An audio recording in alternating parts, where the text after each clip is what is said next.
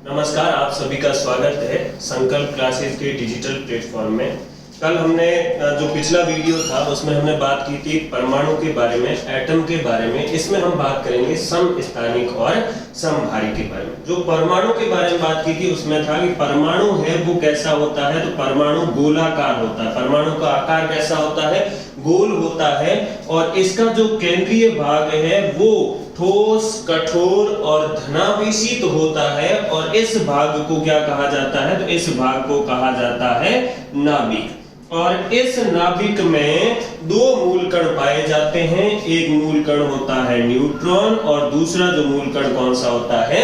Proton. इसके अलावा एक मूल कण और होता है जो कि नाभिक से बाहर पाया जाता है, जिसे हम इलेक्ट्रॉन कहते हैं।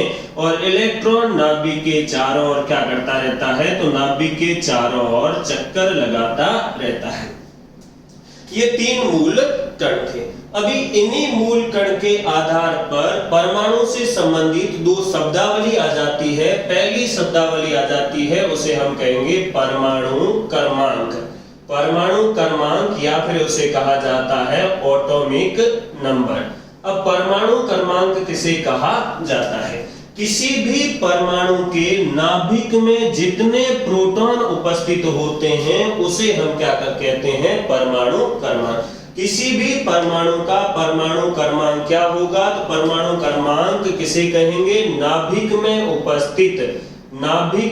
उपस्थित प्रोटॉनों की संख्या को क्या कहा जाता है? तो प्रोटॉनों की संख्या को परमाणु क्रमांक कहा जाता है।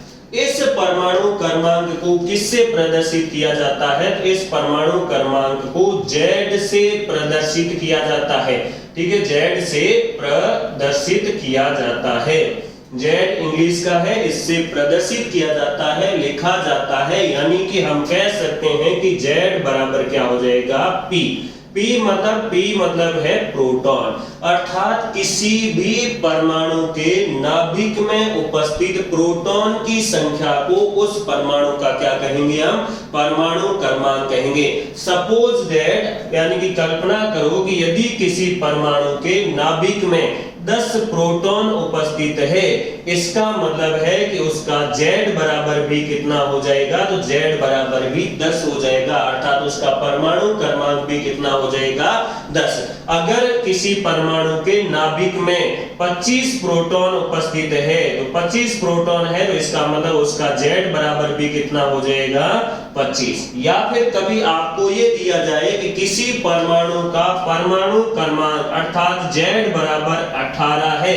किसी तत्व का परमाणु क्रमांक अर्थात Z बराबर 18 है, तो उसके अंदर प्रोटॉन की संख्या भी कितनी होगी? तो प्रोटॉन की संख्या भी कितनी होगी? 18 होगी। एक चीज और ध्यान रखना, जब परमाणु उदासीन होता है, जब परमाणु कैसा होता है? उदासीन होता है। उदासीन का मतलब है कि इसके ऊपर कोई आवेश नहीं।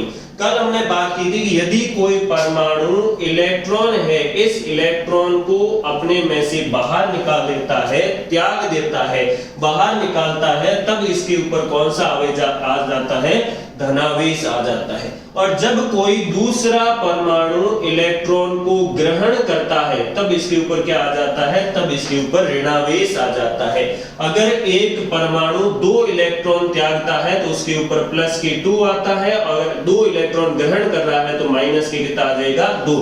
अगर 2 की बजाय हम कहें कि वो इलेक्ट्रॉन है वो 3 को त्याग रहा है, तो उसके ऊपर कितना आ जाएगा? प्लस के 3। यानी कि कोई परमाणु इलेक्ट्रॉन को निकालता है तब उसके ऊपर धनावेश आता है, और कोई परमाणु इलेक्ट्रॉन को ग्रहण करता है तब उसके ऊपर कौन सा आवेश आता है? ऋणावेश। और अगर इलेक्ट्रॉन को न तो त्यागा गया है और न ही ग्रहण किया गया है, तब इसका मतलब है कि वो परमाणु कैसा है? उदासीन। उदासीन परमाणु में आपको ध्यान रखना है कि इलेक्ट्रॉन और प्रोटॉन इन दोनों की संख्या बराबर रहती है। उदासीन जो परमाणु होता है, इस उदासीन परमाणु के अंदर हम कह सकते हैं कि प्रोटॉन की संख्या इलेक्ट्रॉन की संख्या के क्या होती है, बराबर होती है। प्रोटॉन और इलेक्ट्रॉन दोनों की संख्या क्या होगी, बराबर होगी एक उदासीन परमाणु के अंदर। इसका मतलब हम ये कह सकते हैं कि ये जो Z यानी कि परमाणु क्रमांक है ये इलेक्ट्रॉन की संख्या के भी बराबर होगा, ये इलेक्ट्रॉन की संख्या के भी क्या होगा, बराबर। अर्थात हम कह सकते हैं कि परमाणु क्रमांक, किसी भी परमाणु का परमाणु क्रमांक उसके नाभिक में उपस्थित प्रोटॉनों की संख्या, नाभिक में उपस्थित प्रोटॉनों की संख्या या उसके अंदर उपस्थित इलेक्ट्रॉन की संख्या के बराबर होता है। अगर आपको किसी परमाणु के अंदर बोल दिया जाए कि एक परमाणु है और उसके अंदर इलेक्ट्रॉन की संख्या 12 है, तो बताइए उसका परमाणु क्रमांक कितना होगा, तो उसका Z बराबर भी क्या होगा, 12 होगा, क्योंकि इलेक्ट्रॉन की संख्या और प्रोटॉन की संख्या बराबर होती है उदासीन परमाणु में। ये भी ध्यान रखना, उदासीन परमाणु में, इसलिए हम कहेंगे कि इलेक्ट्रॉन 12 है तो परमाणु क्रमांक भी कितना हो जाएगा, 12 हो जाएगा। ये तो पहला हो गया। दूसरा आता है द्रव्यमान संख्या। दूसरा क्या आ जाता है, द्रव्यमान संख्या। पहला परमाणु क्रमांक और दूसरा जो टर्म आ जाती है वो है द्रव्यमान संख्या। किसी परमाणु की द्रव्यमान संख्या क्या होगी, एक परमाणु के नाभिक के अंदर न्यूट्रॉन और प्रोटॉन होते हैं, इन न्यूट्रॉन प्लस के प्रोटॉन हैं, इनको एक और नाम दिया जाता है, इन्हें क्या कहा जाता है, न्यूक्लियॉन कहा जाता है। तो हम ये कह सकते हैं कि एक परमाणु के नाभिक में उपस्थित न्यूट्रॉन और प्रोटॉन की संख्याओं का योग क्या कहलाता है, द्रव्यमान संख्या कहलाता है। कह सकते हैं प्रोटॉन प्लस न्यूट्रॉन की संख्या का योग, ठीक है, प्रोटॉन प्लस के न्यूट्रॉन की संख्या का योग है, उसे क्या कहा जाता है, उसे हम द्रव्यमान संख्या कहते हैं। या फिर हम ऐसा भी लिख सकते हैं कि एक परमाणु के नाभिक में उपस्थित, एक परमाणु के नाभिक में उपस्थित न्यूक्लियनों की संख्या, न्यूक्लियनों की संख्या है वो उसकी क्या कहलाती है, द्रव्यमान संख्या कहलाती है। अब न्यूक्लियनों की संख्या का मतलब है कि न्यूट्रॉन प्लस के प्रोटॉन का योग, न्यूट्रॉन की जितनी संख्या प्लस के प्रोटॉन की जितनी संख्या, इनको जोड़ेंगे तो उसे हम क्या कहेंगे, द्रव्यमान संख्या कहेंगे। इस द्रव्यमान संख्या को अंग्रेजी के ए से लिखा जाता है या ए से प्रदर्शित किया जाता है। द्रव्यमान संख्या है, इसको हम किससे प्रदर्शित करते हैं, ए से। या कह सकते हैं कि A बराबर क्या हो जाएगा, तो A बराबर हो जाएगा P प्लस के N। P मतलब प्रोटॉन और N मतलब न्यूट्रॉन, यानी कि प्रोटॉन और न्यूट्रॉन इन दोनों की संख्या का योग क्या हो जाएगा, द्रव्यमान संख्या हो जाएगा। इसको मैं ऐसे भी लिख सकता हूं कि A बराबर Z प्लस के N। क्या ये लिखना सही होगा? हाँ बिल्कुल ये लिखना सही होगा। क्यों सही होगा? क्योंकि अभी हमने पढ़ा है कि Z और P बराबर होता है, प्रोटॉन की जितनी संख्या होती है उसे हम उसका परमाणु क्रमांक कहते हैं। परमाणु क्रमांक को किसे लिखा जाता है, Z से लिखा जाता है। तो यहाँ जो प्रोटॉन लिखा हुआ है उसकी जगह मैं क्या लिख सकता हूँ, Z भी लिख सकता हूँ। या एक और तरीके से इसको लिखा जा सकता है कि A बराबर E प्लस के N। E मतलब क्या है, इलेक्ट्रॉन प्लस के N। क्यों? क्योंकि एक उदासीन परमाणु में प्रोटॉन या परमाणु क्रमांक या इलेक्ट्रॉन की संख्या है वो क्या होती है, बराबर होती है। अब आपको एक एग्जांपल दे दिया जाए कि एक परमाणु है, इस परमाणु के नाभिक में, इस परमाणु के नाभिक में आपके 11 न्यूट्रॉन है। परमाणु के नाभिक में क्या है, 11 न्यूट्रॉन है और 11 प्रोटॉन है।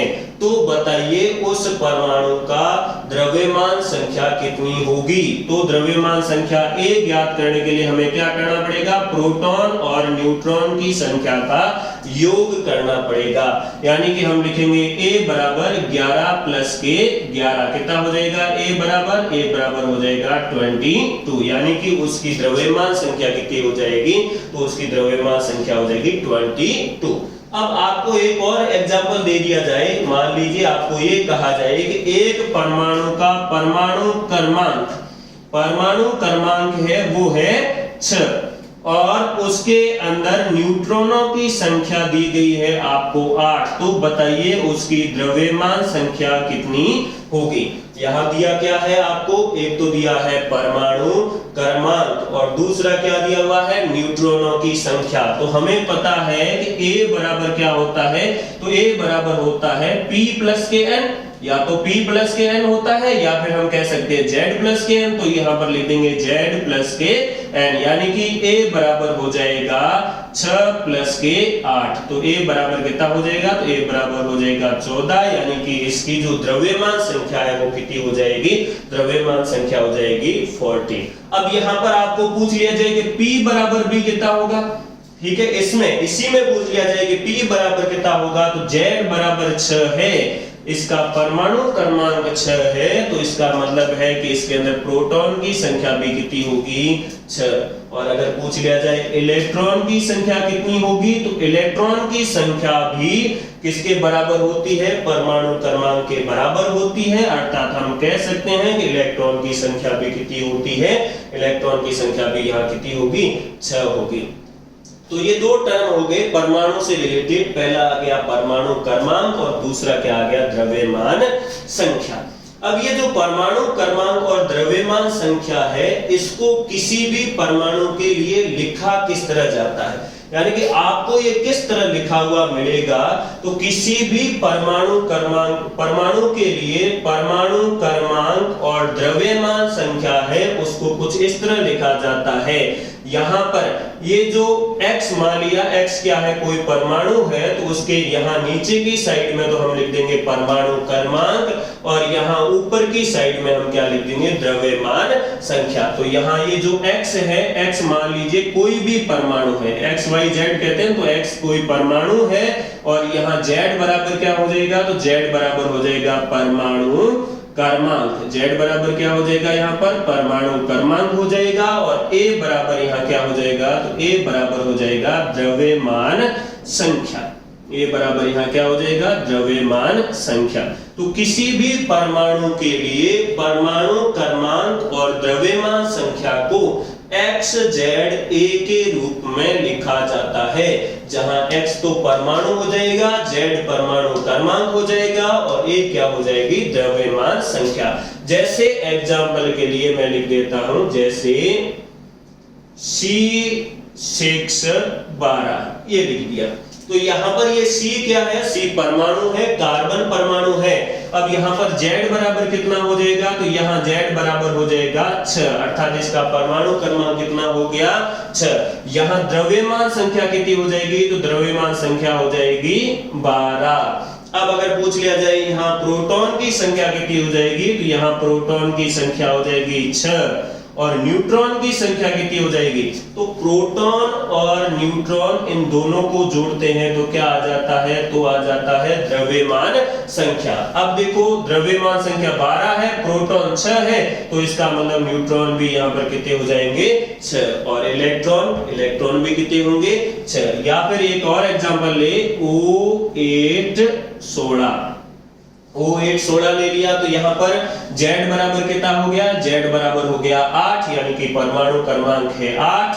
द्रव्यमान संख्या कितनी हो गई, द्रव्यमान संख्या हो गई इसकी 16 और प्रोटॉन की संख्या 8 प्लस न्यूट्रॉन की संख्या भी कितनी हो जाएगी, 8। आपको ये ज्ञात करना भी आना चाहिए कि कैसे हमने न्यूट्रॉन की संख्या निकाली है और कैसे हमने प्रोटॉन की संख्या निकाली है। अगर आपको ये एक सिर्फ इतना ही लिखा हुआ मिले, आपको C612 लिखा हुआ मिले, तब आपको इसकी प्रोटॉन संख्या और न्यूट्रॉन संख्या प्लस इलेक्ट्रॉन की संख्या भी ज्ञात करना पता होना चाहिए। तो ये हो गया है परमाणु क्रमांक और द्रव्यमान संख्या। अब इन्हीं के आधार पर, परमाणु क्रमांक और द्रव्यमान संख्या के आधार पर तत्वों को कुछ भागों में विभाजित किया जाता है। वो भाग कौन से हैं, तो वो है समस्थानिक और समभारिक।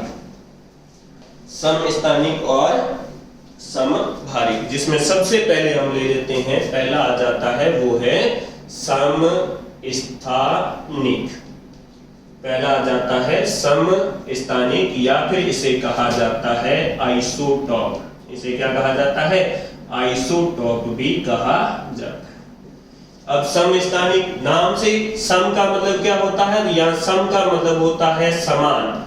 सम का मतलब क्या होता है, समान होता है। और स्थानिक, स्थानिक का मतलब क्या हो जाएगा, स्थान। स्थानिक का मतलब क्या हो जाएगा, स्थान। यानी कि अगर एक ही तत्व के अलग अलग परमाणु है और उन परमाणुओं का स्थान समान है, तब उसे हम क्या कहते हैं, समस्थानिक। ये जो आइसोटोप है ये ग्रीक भाषा का शब्द है, और इस ग्रीक भाषा में ये जो पहला शब्द है ये है आइसोज। पहला शब्द क्या है, तो पहला शब्द है आइसोज, और इस आइसोज का अर्थ क्या होता है, समान। और दूसरा जो टॉप, टॉप क्या है, तो टॉप था टोपोज शब्द। टॉप है वो टोपोज शब्द था, और इस टोपोज का अर्थ क्या होता है, स्थान। तो वे तत्व, यहां पर हम कहेंगे वे तत्व जिनके, ठीक है, वे तत्व, या फिर हम कहेंगे एक ही तत्व, क्योंकि यहां पर तत्व है वो एक ही होता है।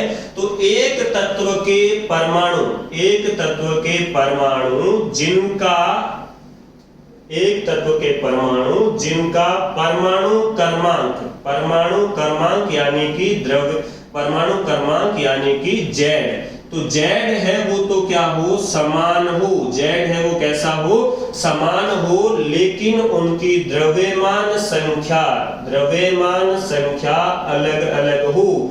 द्रव्यमान संख्या जिसको हम a से दर्शाते हैं, ये अगर अलग हो तब उसे क्या कहा जाता है, तब उसे समस्थानिक या फिर आइसोटोप कहा जाता है। एक ही तत्व के परमाणु जिनका परमाणु क्रमांक तो क्या हो, समान हो, लेकिन द्रव्यमान संख्या a अलग अलग हो, उसे क्या कहा जाता है, उसे समस्थानिक कहा जाता है। जैसे एग्जांपल के लिए C612, C613 और C614। अब देखो ये एक ही तत्व है, कार्बन है और इसके कार्बन के अलग अलग परमाणु हैं। अब इसमें देखें तो इनका Z बराबर कितना है, तो यहाँ Z बराबर 6 है, यहाँ पर भी 6 है और यहाँ पर भी 6, अर्थात इन तीनों का परमाणु क्रमांक है वो क्या है, समान।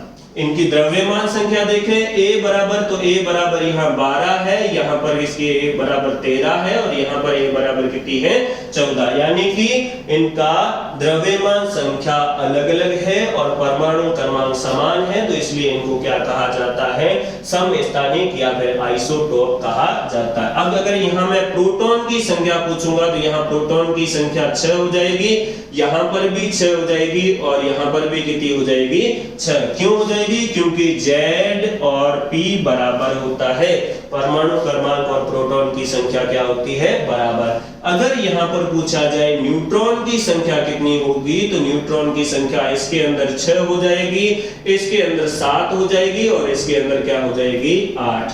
तो कुल मिला के हम ये कह सकते हैं कि समस्थानिकों में ओरिजिनली यानी कि वास्तविक रूप से क्या अलग होता है, तो समस्थानिक में वास्तविक रूप से न्यूट्रॉनों की संख्या अलग होती है। आपसे पूछ लिया जाए कि समस्थानिकों का निर्माण क्यों होता है, क्योंकि उनमें न्यूट्रॉनों की संख्या क्या होती है, तो न्यूट्रॉनों की संख्या उनमें अलग अलग होती है।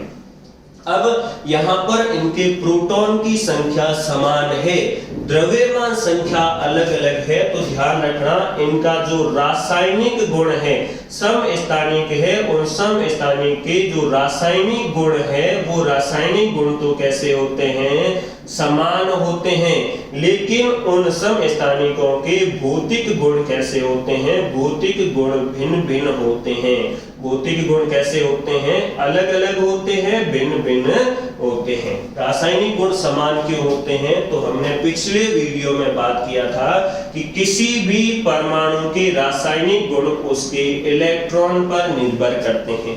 अब इस तीनों में देखें तो तीनों में प्रोटॉन की संख्या 6 है, तो प्रोटॉन की संख्या 6 है, इसका मतलब इलेक्ट्रॉन की संख्या भी कितनी होगी, 6। इसमें भी 6, इसमें भी 6 और इसमें भी 6, अर्थात तीनों के अंदर इलेक्ट्रॉन समान है, और इलेक्ट्रॉन समान है तो इनके रासायनिक गुण भी क्या होंगे, समान होंगे। एक और एग्जांपल ले लो समस्थानिक का, जैसे O8 16, O8 17 और O8 18। ये ऑक्सीजन के 3 समस्थानिक है। ये कार्बन के 3 समस्थानिक है और ये किसके समस्थानिक है? तो ये ऑक्सीजन के 3 समस्थानिक है, जहां इनका Z बराबर यहाँ पर 8 है, यहाँ भी 8 है और यहाँ 8, यानी कि परमाणु क्रमांक तो इनका है समान। लेकिन यहाँ द्रव्यमान संख्या देख ले, A बराबर यहाँ 16 है, यहाँ 17 है और यहाँ 18 है, यानी कि तीनों की द्रव्यमान संख्या क्या है? अलग अलग। तो एक बार और देख लो, समस्थानिक आइसोटोप किसे कहा जाता है? वे एक ही तत्व के वे परमाणु जिनका परमाणु क्रमांक तो समान हो लेकिन द्रव्यमान संख्या अलग अलग हो, क्या कहलाता है? समस्थानिक। वास्तविक रूप से समस्थानिकों में न्यूट्रॉनों की संख्या क्या होती है? अलग अलग। और समस्थानिकों के गुण ध्यान रखना कि इनके रासायनिक गुण तो समान होते हैं लेकिन भौतिक गुण क्या होते हैं? भिन्न भिन्न होते हैं। अब यहाँ पर आपको हाइड्रोजन के समस्थानिक से क्वेश्चन पूछे जाते हैं कि हाइड्रोजन के समस्थानिक कितने हैं? तो हाइड्रोजन के समस्थानिक है 3। ठीक है, हाइड्रोजन है, इस हाइड्रोजन के टोटल कितने समस्थानिक पाए जाते हैं? तो हाइड्रोजन के प्रकृति में पाए जाते हैं 3 समस्थानिक। और वो 3 समस्थानिक कौन कौन से हैं? तो वो लिख देते हैं, एक सारणी के रूप में लिख देते हैं। उन समस्थानिकों का यहाँ पर नाम हो जाएगा, नाम के बाद उनका प्रतीक हो जाएगा कि उनको किस तरह लिखा जाता है, और फिर यहाँ पर उनकी लिख देंगे हम परमाणु क्रमांक। परमाणु क्रमांक, और परमाणु क्रमांक है इसको हम किससे दर्शाते हैं? परमाणु क्रमांक को Z से लिखते हैं, तो इसकी कोष्टक में लिख देंगे हम Z। और फिर हम लिख देंगे यहाँ पर द्रव्यमान संख्या, और द्रव्यमान संख्या है उसको हम किससे दर्शाते हैं? तो द्रव्यमान संख्या को A से दर्शाते हैं। फिर यहाँ लिख दिया मैंने P मतलब प्रोटॉन और N मतलब क्या है? न्यूट्रॉन। सभी के बारे में देखें। सबसे पहला जो हाइड्रोजन का समस्थानिक आ जाता है उसको हम कहेंगे हाइड्रोजन। खुद क्या नाम दिया जाएगा उसको? हाइड्रोजन। और उसका प्रतीक क्या होगा? तो उसका प्रतीक होगा H1 और 1। ठीक है, H1 और 1 के रूप में इसको लिखा जाता है। अर्थात इसका परमाणु क्रमांक कितना हो जाएगा? तो इसका परमाणु क्रमांक हो जाएगा 1। अब इसकी द्रव्यमान संख्या कितनी हो जाएगी? तो द्रव्यमान संख्या भी 1 है। यहाँ नीचे की साइड में भी 1 लिखा हुआ है, ऊपर की साइड में भी 1 लिखा हुआ है, यानी कि परमाणु क्रमांक भी 1 और द्रव्यमान संख्या भी कितनी हो गई? 1। अब प्रोटॉन की संख्या कितनी होगी? तो यहाँ प्रोटॉन की संख्या तो 1 हो जाएगी। क्यों? क्योंकि Z और P बराबर होते हैं। लेकिन न्यूट्रॉन की संख्या यहाँ 0 हो जाएगी। क्यों 0 होगी? क्योंकि हम जानते हैं A बराबर होता है P प्लस के N। तो A 1 है और P 1 है, तो इसका मतलब N कितना हो जाएगा? तो N 0 हो जाएगा। ये क्वेश्चन भी आता है कि हाइड्रोजन एकमात्र ऐसा तत्व है जिसके नाभिक में क्या नहीं पाए जाते? न्यूट्रॉन नहीं पाए जाते। बाकी सभी के तत्वों के नाभिक में न्यूट्रॉन पाए जाते हैं, लेकिन हाइड्रोजन एकमात्र ऐसा तत्व है जिसके नाभिक में न्यूट्रॉन नहीं पाए जाते। हाइड्रोजन के बाद जो दूसरा आ जाता है वो है ड्यूटेरियम। दूसरा कौन सा आ जाता है? ड्यूटेरियम। इसको कई बार तो D से लिखा जाता है, D12, या फिर इसको हाइड्रोजन खुद H से लिखा जाता है, H12, इससे भी लिखा जाता है। अब इसका परमाणु क्रमांक कितना हो जाएगा? तो इसका परमाणु क्रमांक हो जाएगा 1। द्रव्यमान संख्या इसमें कितनी है? तो द्रव्यमान संख्या है 2। प्रोटॉन की संख्या 1 है और न्यूट्रॉन की संख्या भी कितनी है? 1। ये भी क्वेश्चन पूछा गया कि ड्यूटेरियम के नाभिक में कितने प्रोटॉन और कितने न्यूट्रॉन पाए जाते हैं? तो ड्यूटेरियम के नाभिक में 1 प्रोटॉन और 1 न्यूट्रॉन पाए जाते हैं। फिर तीसरा आ जाता है, तीसरे को लिखा जाता है ट्राइटियम। तीसरे को किससे लिखा जाता है? ट्राइटियम से लिखा जाता है, और ट्रिटियम भी कहा जाता है या ट्राइटियम भी कहा जाता है। इसको T13 या फिर इसको लिखा जाता है H13 से। कई बार इससे भी दर्शाया जाता है और कई बार इससे भी लिखा जाता है। अब इसका परमाणु क्रमांक कितना हो गया? तो इसका परमाणु क्रमांक हो गया 1। द्रव्यमान संख्या इसकी कितनी हो गई? तो इसकी द्रव्यमान संख्या हो गई है 3। तो प्रोटॉन की संख्या तो एक ही रहेगी, लेकिन न्यूट्रॉन की संख्या कितनी होती है? 2।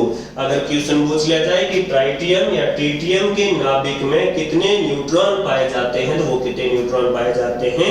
2 न्यूट्रॉन पाए जाते हैं। अब ये जो ड्यूटेरियम है, देखो हाइड्रोजन का जो ऑक्साइड होता है, इस हाइड्रोजन का ऑक्साइड होता है, उस ऑक्साइड को लिखा जाता है H2O। H2O क्या कहलाता है? तो H2O जल कहलाता है, नॉर्मल जल है वो कहलाता है। अगर आपसे पूछ लिया जाए कि हाइड्रोजन को जलाने पर किसका निर्माण होता है, किसी भी पदार्थ को जलाया जाता है, तो इसका मतलब है कि उसकी रिएक्शन किससे करवाई जाती है? ऑक्सीजन से। अब अगर हाइड्रोजन को जला रहे हो तो इसका मतलब हाइड्रोजन की रिएक्शन आप किससे करवा रहे हो? ऑक्सीजन से। तो हाइड्रोजन को जलाने पर किसका निर्माण होता है? तो हाइड्रोजन को जलाने पर आपके जल का निर्माण होता है, जल या वाटर का निर्माण होता है। ये हाइड्रोजन का क्या है? ऑक्साइड। उसी तरह ड्यूटेरियम का जो ऑक्साइड होता है उसको लिखा जाता है D2O। ड्यूटेरियम के ऑक्साइड को किससे लिखा जाता है? D2O से लिखा जाता है। इस D2O को क्या कहा जाता है? तो इस D2O को कहा जाता है भारी जल। D2O को क्या कहा जाता है? भारी जल कहा जाता है। भारी इसलिए है क्योंकि इसके अंदर न्यूट्रॉनों की संख्या क्या है? ज्यादा है। ये हाइड्रोजन से क्या है? भारी। अब ये जो भारी जल है इसकी खोज किसने की थी? तो भारी जल है इसकी खोज की थी यूरे ने। यूरे और वॉसबर्न ने की थी। यूरे और किसने की थी? वॉसबर्न है। इन्होंने हाइड्रोजन के जो समस्थानिक ड्यूटेरियम के ऑक्साइड अर्थात D2O या भारी जल की खोज की थी। भारी जल का प्रयोग कहाँ होता है? ये क्वेश्चन पूछा जाता है। तो भारी जल का प्रयोग होता है परमाणु भट्टी में। परमाणु भट्टी में मंदक या शीतलक के रूप में। किसके रूप में? मंदक यानी कि धीमे करने और शीतलक यानी कि ठंडा करने वाले के रूप में किसका प्रयोग होता है? D2O या भारी जल का प्रयोग किया जाता है। ट्राइटियम एक रेडियोधर्मी समस्थानिक है। ठीक है, ये हाइड्रोजन का कम पाया जाने वाला समस्थानिक है, रेडियोधर्मी समस्थानिक है। और इस समस्थानिक का प्रयोग किया जाता है भूम जल यानी कि जमीन के नीचे का जो जल है उस जल का पता लगाने के लिए, भूम जल का पता लगाने के लिए ट्रेसर के रूप में, ट्रेसर मतलब ट्रेस करने वाला, तो ट्रेसर के रूप में किसका प्रयोग किया जाता है? तो वो किया जाता है ट्राइटियम का। भूम जल का पता लगाने के लिए किसके रूप में?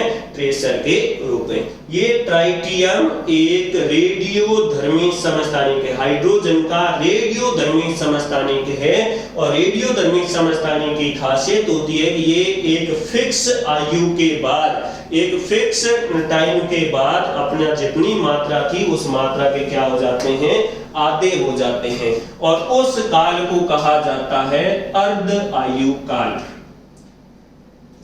अलग अलग तत्वों का एक काल होता है जिसमें वो क्या होते हैं? अपने जितनी मात्रा होती है उस मात्रा के वो आधे रह जाते हैं, और उस काल को क्या कहा जाता है? अर्ध आयु काल कहा जाता है। ट्राइटियम है, इसका ट्राइटियम यानी कि H13 है, इसका अर्ध आयु काल कितना होता है? 12.4 वर्ष होता है। यानी कि मान लीजिए आज इस ट्राइटियम है उसकी, सपोज दैट ये जस्ट एक उदाहरण है कि ट्राइटियम है, आज इसकी मात्रा आपके पास कितनी है? 10 किलो, एक उदाहरण के रूप में।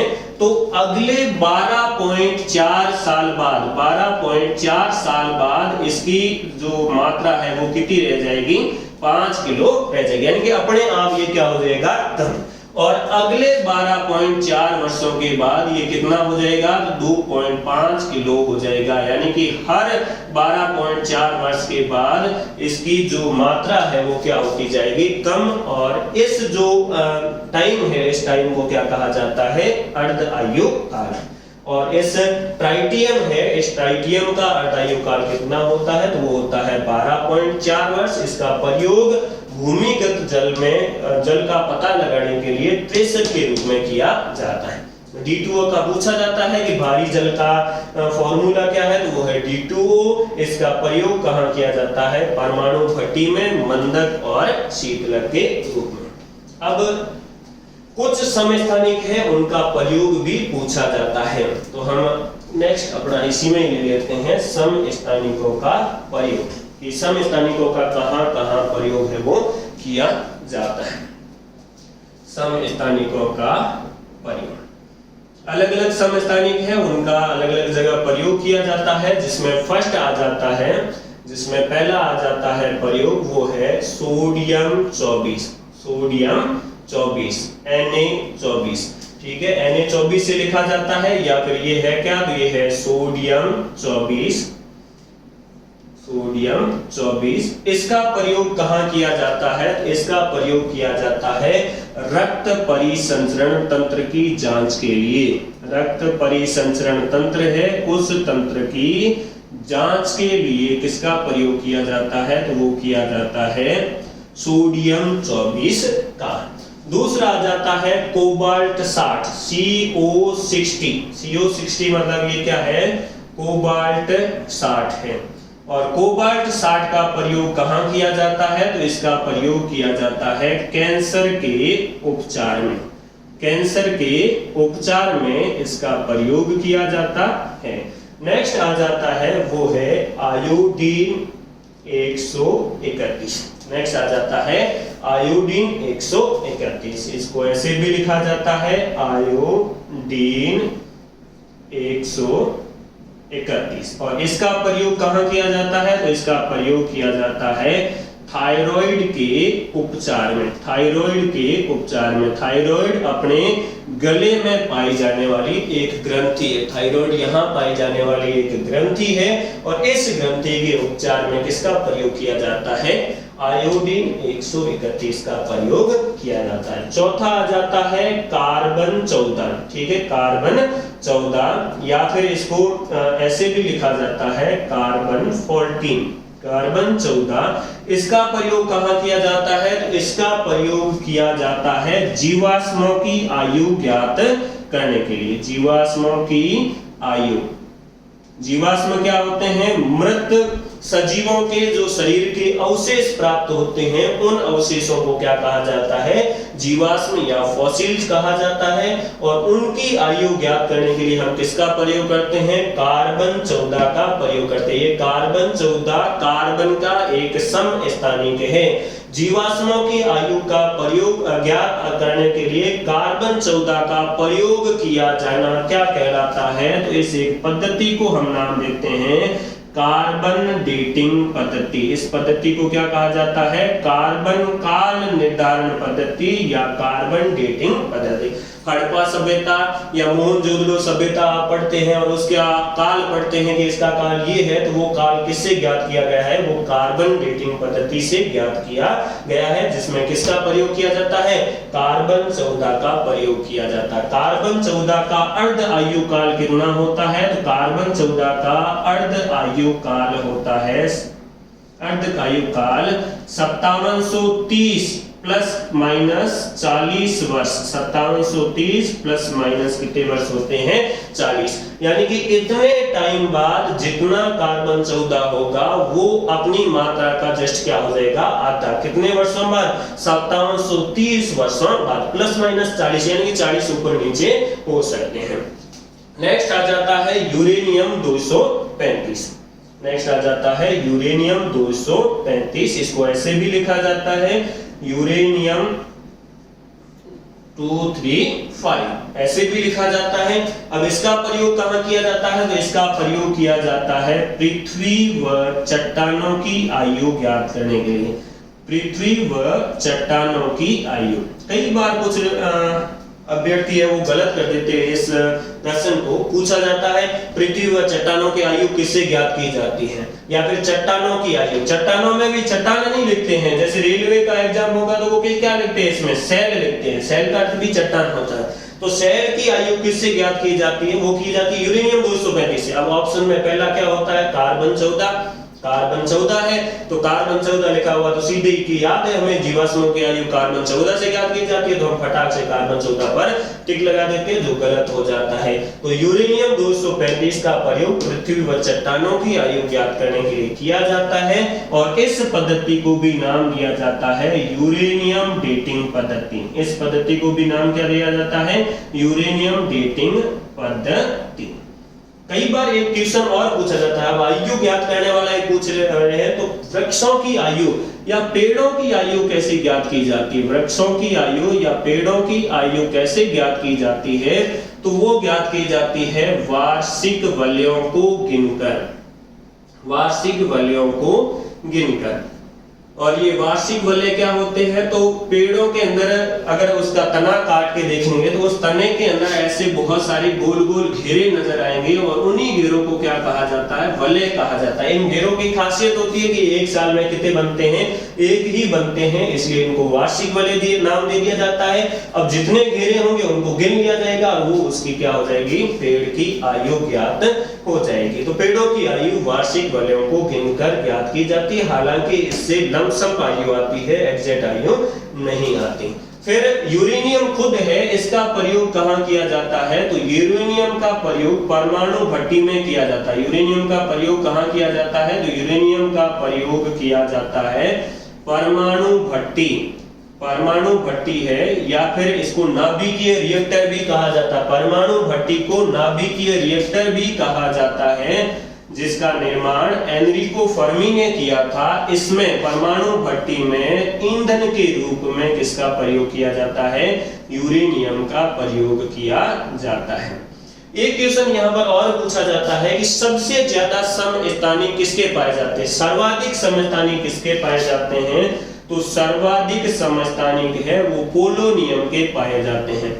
सर्वाधिक समस्थानिक किसके पाए जाते हैं? तो सर्वाधिक समस्थानिक पाए जाते हैं पोलोनियम के। और पोलोनियम के कितने समस्थानिक होते हैं? तो वो होते हैं 27 या 27। तो ये तो हो गया समस्थानिक और समस्थानिकों का प्रयोग। नेक्स्ट हम ले लेते हैं समभारित।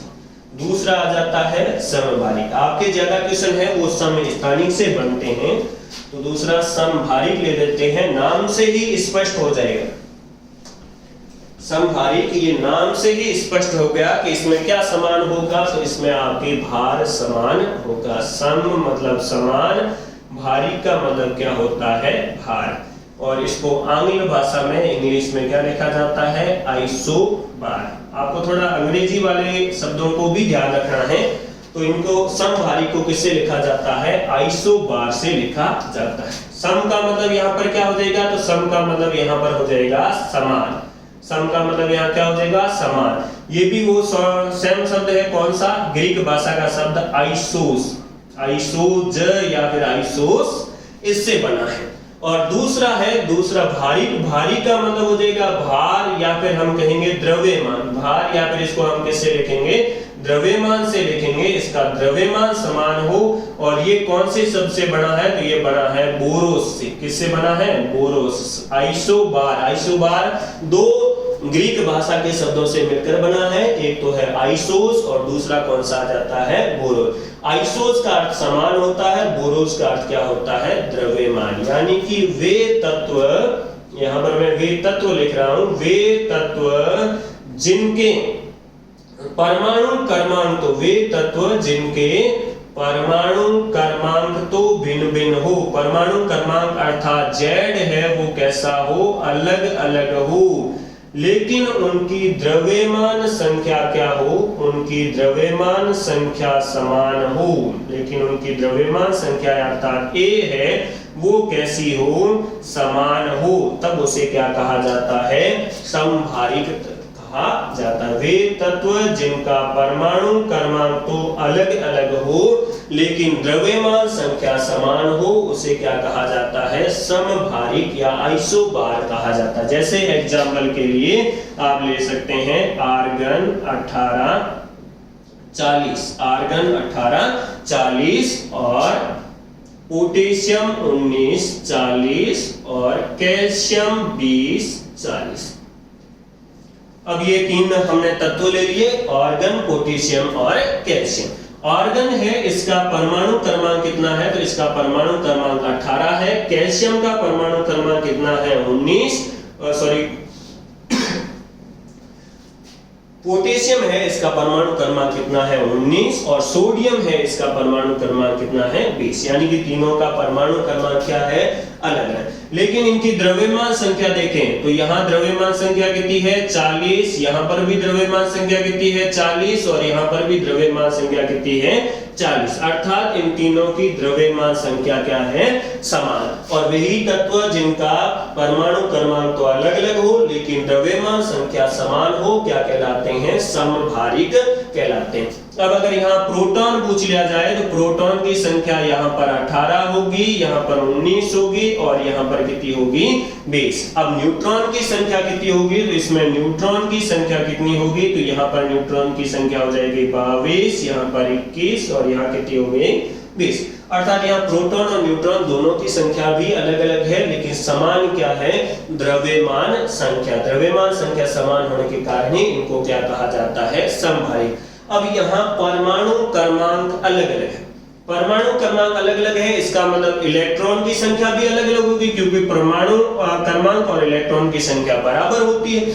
अब इलेक्ट्रॉन संख्या अलग अलग है, अर्थात इनके जो रासायनिक गुणधर्म है वो रासायनिक गुणधर्म कैसे होंगे, तो इनके रासायनिक गुण है वो अलग अलग होंगे, भिन्न होंगे। लेकिन इनके जो भौतिक गुण हैं, बाहर से देखने पर आपको इनके भौतिक गुण हैं वो कैसे लगेंगे, समान लगेंगे। तो समभारी का ये खासियत ध्यान रखना कि उनके रासायनिक गुण तो अलग अलग होते हैं लेकिन भौतिक गुण क्या होते हैं, समान। अब समभारिक हो गया, पहला हो गया समस्थानिक, दूसरा हो गया समभारिक। कुछ एक दो और आ जाते हैं समभारिक और समस्थानिक के साथ। तीसरा आ जाता है जिनको हम कहेंगे समन्यूट्रॉनिक। तीसरा है वो कहलाएगा समन्यूट्रॉनिक। समन्यूट्रॉनिक नाम से ही क्लियर हो जाएगा कि इसमें किसकी संख्या समान होगी, तो ऐसे तत्व जिसमें किसकी समान संख्या समान हो, न्यूट्रॉनों की संख्या समान हो। ऐसे तत्व जिसमें न्यूट्रॉनों की संख्या समान हो उसे क्या कहा जाता है, तो उसे समन्यूट्रॉनिक कहा जाता है। बस इतना ही याद रखना है कि न्यूट्रॉनों की संख्या समान मतलब उन्हें क्या कहा जाता है, समन्यूट्रॉनिक। या इंग्लिश में इनको कहा जाता है आइसोटॉन। इंग्लिश में इनको क्या कहा जाता है, आइसोटॉन कहा जाता है। एक एग्जांपल ले लेते हैं, जैसे C6 14 और O8 16। अब ये दो एग्जांपल ये हैं। तो अब यहाँ पर देखो Z बराबर कितना है, तो Z बराबर 6 है, और यहाँ पर कितना है, 8। परमाणु क्रमांक एक का तो 6 है और दूसरे का कितना है, 8। द्रव्यमान संख्या कार्बन की तो है 14 और ऑक्सीजन की कितनी है, 16। द्रव्यमान संख्या भी अलग है। प्रोटॉन की संख्या, तो प्रोटॉन की संख्या जितना उसका परमाणु क्रमांक यहाँ 6 हो जाएगा और यहाँ पर कितनी हो जाएगी, 8। लेकिन यहाँ पर न्यूट्रॉनों की संख्या देखें तो इसके अंदर भी न्यूट्रॉनों की संख्या 8 है और इसके अंदर भी न्यूट्रॉनों की संख्या कितनी है, 8। अर्थात इसमें न्यूट्रॉनों की संख्या बराबर है, इसलिए उनको क्या कहा जाता है, समन्यूट्रॉनिक, या फिर इसको क्या कहा जाता है, आइसोटॉन। एक आ जाता है सम इलेक्ट्रॉनिक। सम इलेक्ट्रॉनिक। अब सम इलेक्ट्रॉनिक किसके अंदर होते हैं, तो वे आयन। सम इलेक्ट्रॉनिक किसे कहा जाता है, तो इसमें कहेंगे हम कि वे आयन। अब यहाँ पर मैंने तत्व नहीं लिख के क्या लिखा है, आयन लिखा है। सम इलेक्ट्रॉनिक में ये लाइन जरूर आएगी कि वे आयन जिनमें इलेक्ट्रॉन की संख्या क्या हो, समान हो। जिनमें किसकी संख्या समान हो, इलेक्ट्रॉन की संख्या, इलेक्ट्रॉनों की संख्या समान हो, उसे क्या कहा जाता है, उसे सम इलेक्ट्रॉनिक कहा जाता है। इलेक्ट्रॉन की संख्या क्या होनी चाहिए, समान होनी चाहिए। जैसे एग्जांपल के लिए मैं ले लेता हूं O के ऊपर लगा हुआ -2। O के ऊपर कितना लगा दिया मैंने, -2 लगा दिया। या फिर मैंने लिख दिया यहाँ पर नियॉन, ठीक है, O-2, या फिर यहाँ क्या लिख दिया, नियॉन। या फिर मैंने यहाँ लिख दिया आपके सोडियम +2, या फिर मैंने यहाँ पर क्या लिख दिया, मैग्नीशियम सोडियम प्लस के 1 और मैग्नीशियम प्लस के 2। अब यहाँ पर देखो सोडियम ने एक इलेक्ट्रॉन त्याग दिया है, ऑक्सीजन है, ऑक्सीजन का परमाणु क्रमांक 8 होता है, इसका मतलब इसके अंदर इलेक्ट्रॉन Z बराबर यहाँ 8 है, तो E बराबर भी कितना था 8, लेकिन यहाँ -2 लगाया हुआ है, -2 लगाते इसने 2 इलेक्ट्रॉन ग्रहण कर लिए, 2 इलेक्ट्रॉन ग्रहण करते इसमें इलेक्ट्रॉन की संख्या कितनी हो गई 10। नियॉन का परमाणु क्रमांक 10 होता है, नियॉन है इसका परमाणु क्रमांक 10 होता है और 10 होने के कारण इसके अंदर इलेक्ट्रॉन की संख्या भी कितनी हो गई 10। सोडियम का परमाणु क्रमांक 11 होता है, परमाणु क्रमांक 11 मतलब इलेक्ट्रॉन कितने थे 11। अब इसमें +1 लगा यानी कि एक इलेक्ट्रॉन इसने बाहर निकाल दिया और एक इलेक्ट्रॉन बाहर निकालते यहाँ पर कितने बच गए 10। और मैग्नीशियम का परमाणु क्रमांक होता है 12, इसके ऊपर प्लस के 2 लगे हुए, प्लस के 2 है मतलब 2 इलेक्ट्रॉन को इसने धक्के देकर निकाल दिया है बाहर, 2 इलेक्ट्रॉन धक्के देकर निकाल दिया बाहर, तो इलेक्ट्रॉन की संख्या कितनी हो गई 10। अब देखिए तो इन सभी में इलेक्ट्रॉनों की संख्या समान है और समान होने के कारण इनको क्या कहा जाएगा सम इलेक्ट्रॉनिक कहा जाएगा। तो आज के लिए हम इतना ही, बाकी हम नेक्स्ट क्लास में कंटिन्यू